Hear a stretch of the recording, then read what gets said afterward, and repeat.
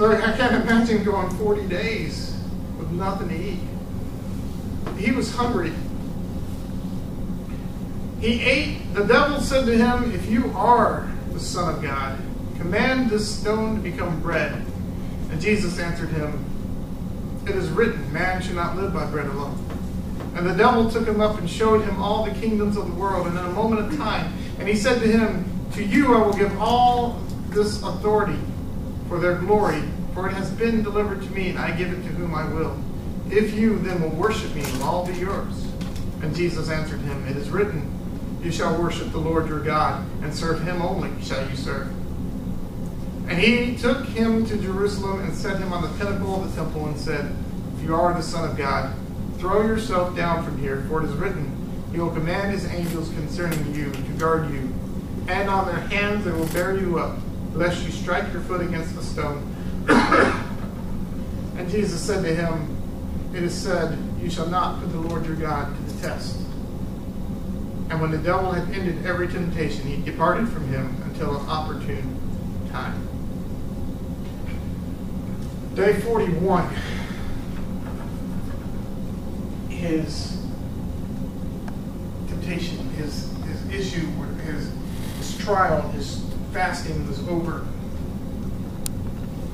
To get a really interesting, if you want to read an interesting take on this, there's a book out there by Anne Rice. Yes, the vampire lady. She also wrote books on the stories, the life of Christ. And I read her book, The Road to Cana, which is talking about from the time Jesus, which details the time up to the wedding at Cana. And the temptation narrative is very interesting. Because the devil takes the form of Jesus himself. Or takes a form that Jesus looks at this guy and he says, "You look like me, but different. You don't look like you're in agony. You look like you're the king. You look like you're dressed up. You don't look like, he looked like how Jesus was expected to look by everybody else. All the fine robes and fine garbs and the jewels and all these wonderful things, when Jesus is still the real Yeshua is in his carpenter's robe and gown. Poor man from Nazareth. And the temptations here, same things we face when we go through this stuff. For instance, if you look at it, on day the bread, the turning bread to stone. Do you think Jesus could turn the stone to bread? Bread to stone? Anybody could turn bread to stone. Just leave it up for a couple days. But turning a stone to bread, that's something only God can do, right? And can you imagine the temptation of having eaten nothing for 40 days? Excuse me. But Jesus looked at him and said, I'm just going to eat bread alone. God will live on every word that comes out of the mouth of God.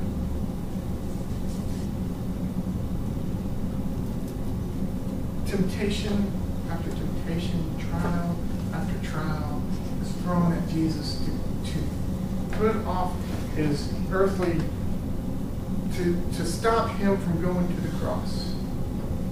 Satan was saying, you don't have to go through this. You don't have to go through all these things. You are God. You can bypass the plan and do what you got to do. Just make yourself king of this creation. Make yourself king of all these nations. I can help you do it. And could Satan help him do it? Yes.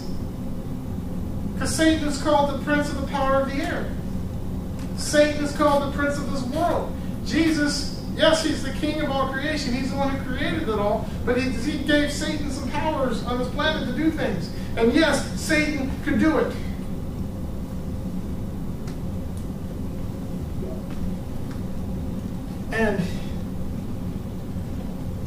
And he was doing his best to get Jesus to not go through the path that he was going to do. Not go through the things that he had to do. Are you okay?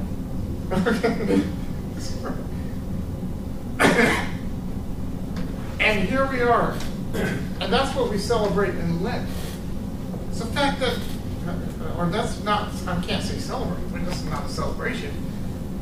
It's more of a commemoration. Thank you. We commemorate this in Lent. The fact that Jesus went through all of this stuff, and he could have changed the direction at any point in time. He could have said, forget all this. I don't want to die. I don't need to die. I'm going to just go ahead and make myself king of all creation. The problem is it wouldn't have lasted. It wouldn't have made it that far. It would not have been an eternal kingdom. It would have been stuck. As soon as Jesus actually got old and died, the kingdom would have been over, I think. That was not what God had in mind. God said, the purpose of this whole exercise, the purpose of this whole him coming to earth was to restore relationship between him and us. To be celebrated. To be honored. To have that connection once again. And if he had just placed himself up as the Lord of this world, what have God learned? So anyway, that's what's on my mind at the moment. That's where we headed. That's where we ended up. So, Lent. If you're going through Lent, if you're doing something for Lent, keep it up. It's not in the Bible. It's not biblical. Well, it's not structured in the Bible. Let me rephrase that. But it is biblical. It is where we identify with God. We identify with what's going on. And right now, I know we don't want to do it. I don't want to go home. I don't want to blog this week. I've been taking up blogging for Lent. And let me tell you, there are times, that doesn't sound like a sacrifice. Well, when you don't like telling people what's going on or sharing your opinions with people. Okay, that sounds weird because I'm a preacher, so that's what I get paid. That's what I'm supposed to do, right? So but I don't like. But when you don't like being on the computer in the first, or do stuff like that on the computer and let the whole world see, and okay, I know I'm a preacher. I'm getting YouTubed. It's a sacrifice of time. It's a sacrifice of time, and sometimes you run out of things to say. You'll run out of things to say, but it's a discipline God has created for me in my life. Those of you who have given up something and right now you're thinking, oh my God, I really want that. I like on day 20 of my Pepsi thing, I was sitting there thinking, dear God, I just want Pepsi. That's all I want. But he says, no.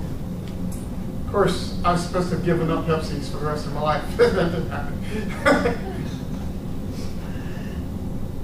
Just hold on.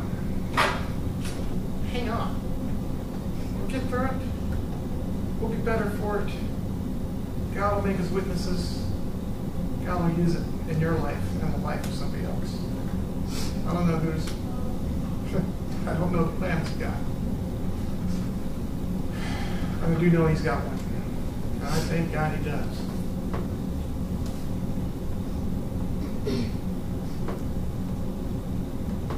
So let's just do what we got to do and figure it out and see what happens.